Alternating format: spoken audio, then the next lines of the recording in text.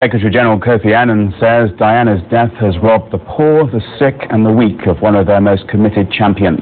Mother Teresa says she is deeply shocked and saddened at the news of Diana's death. Teresa's sisters have been praying for Diana. You could see that she was very much concerned about the poor people, and she wanted definitely something by helping me to help them.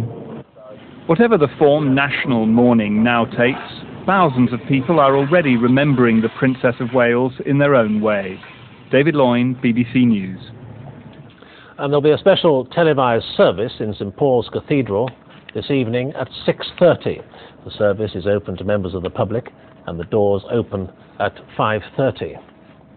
I'm joined now by Michael Delanoy, an author who's written extensively about the royal family and constitutional matters.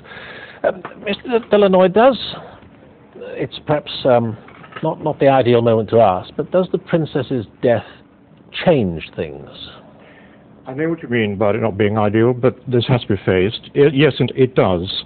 I mean, in a terrible kind of way. It removes the problem, if you like, of her possible future remarriage, if she remarried again, who she would she still be a princess and all that bit.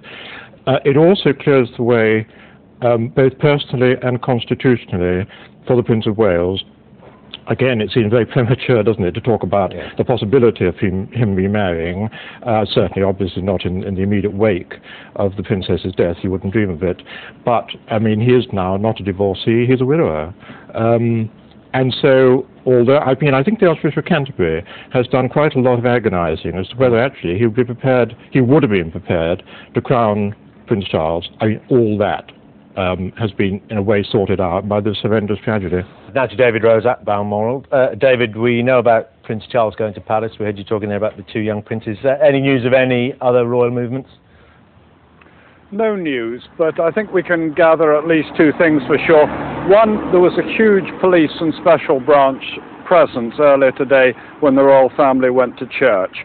There are no police, or virtually none, around at the moment. Therefore, I think a departure is not imminent.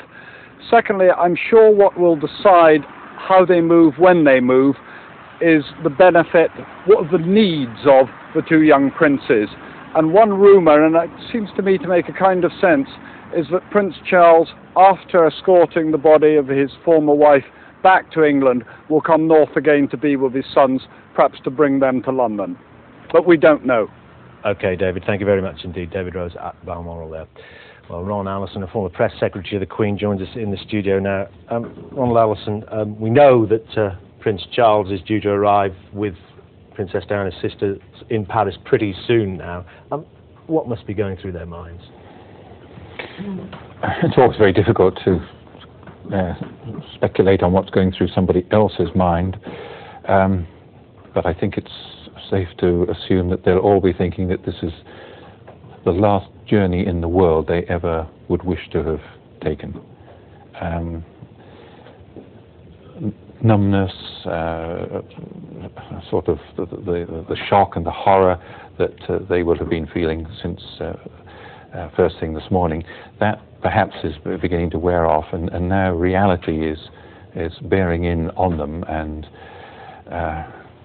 I mean, as I say, it's always dangerous to put oneself in anybody else's place, but we can just imagine the feelings as they drive to the hospital, and the reality strikes home.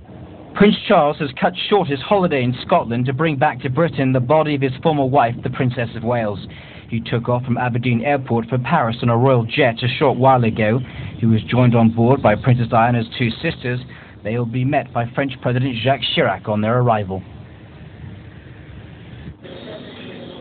Princess Diana had arrived in the French capital last night, having spent a holiday with Dodi Al Fayed on the Italian island of Sardinia. These are the last pictures taken of the Princess of Wales alive on Saturday afternoon, when she boarded the Al Fayed's private jet for Paris. The couple had spent a week cruising the Mediterranean in a yacht, stopping off in the French Côte d'Azur, and later they spent 2 days in the Sardinian port of Portofino.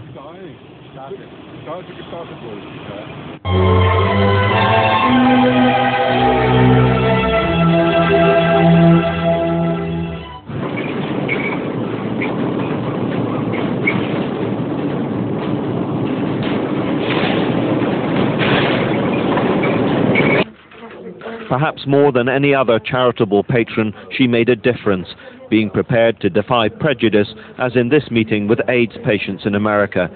Indeed, her famous handshake with an AIDS patient at the Middlesex Hospital in 1987, she single-handedly changed attitudes both here and around the world. It was a concern she maintained throughout her life.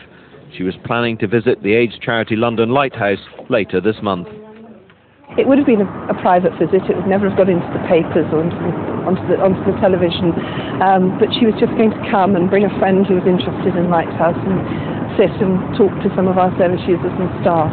And that kind of personal interest is really irreplaceable.